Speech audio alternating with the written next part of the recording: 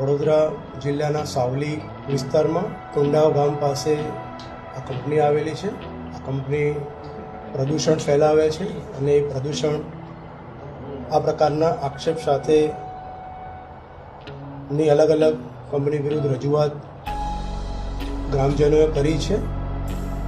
આવી હકીકત જણાવીને આરોપી સુનિલ મહિડા અને જીતસિંહ રાણા એમને સમાધાન પેટે કંપની પાસેથી 15 કરોડ રૂપિયાની સમાધાન પેટે ખંડણી પીછે માગેલી છે. એ સંદર્ભે ઓફેન્સ રજીસ્ટર કરેલ છે.